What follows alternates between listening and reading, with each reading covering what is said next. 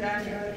Zažila som svojho otca, ktorý nám hovoril, keď odídu Rusi, tam do okna reproduktory a pustím súdové pochody. Tak sa aj stalo, keď odišli Rusi, môj otec z okna na 5. poschodí pustil súdové pochody. Keď sem prišli Rusi v 68.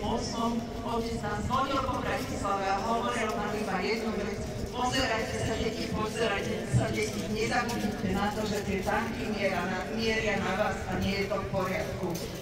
To je dnešné Rusko, vojnový štát.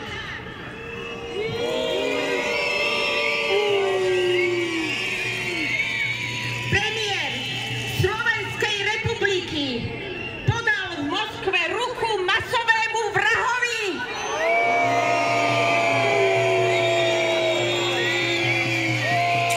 To je obrovská hanba pre každého slušného Slováka. Obrovská hanba. Preto dnes nemôžeme zostať ľahostajní. Hanba! Hanba!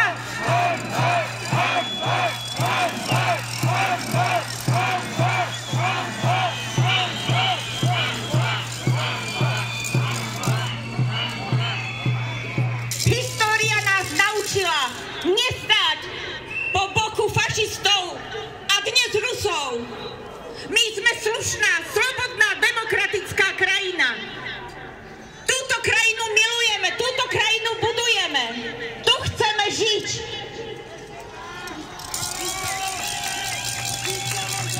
Vyzývame všetkých slušných ľudí, slobodných občanov do pohotovosti.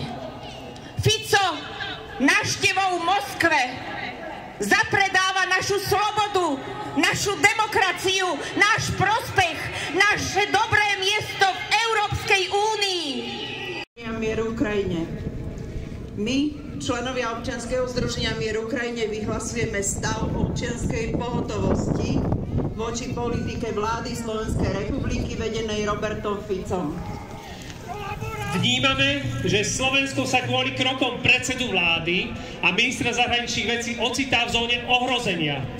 V ohrození sa priamo či nepriamo nachádza celý svet, a to pre najväčší konflikt v Európe od čias druhej svetovej vojny, ktorý vyvolalo Rusko pod vedením Vladimíra Putina.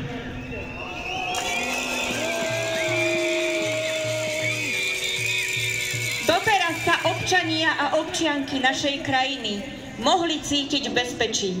Sme členmi medzinárodných hospodárskych a vojenských zoskupení EÚ a NATO.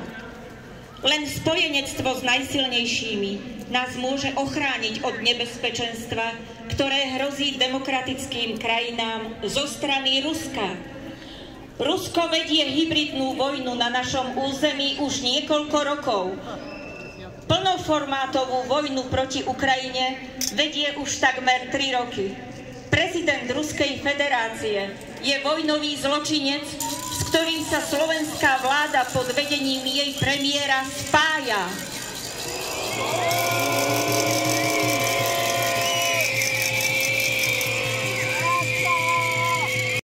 Budeme tu všetci spolu brániť slobodné a demokratické Slovensko. Ďakujeme, že tu ste a budete s nami. Ďakujeme ľuďom z Bratislavy a okolia a zvlášť ďakujeme vám, ktorí ste sem cestu verali aj z iných miest. Vieme, že tu ste z Nitry, z Nových Zámkov, z Krevnice, z Nového Mesta, zo Žiliny. Dokonca ste prišli z Lučenca, z Dolného Kubina, z Bardejova. My to vieme. Ste tu aj z ďalších miest? Áno, ste. Ďakujeme vám všetkým. Dnes ste sa tu stretli, aby sme povedali, že dosť bolo Ruska.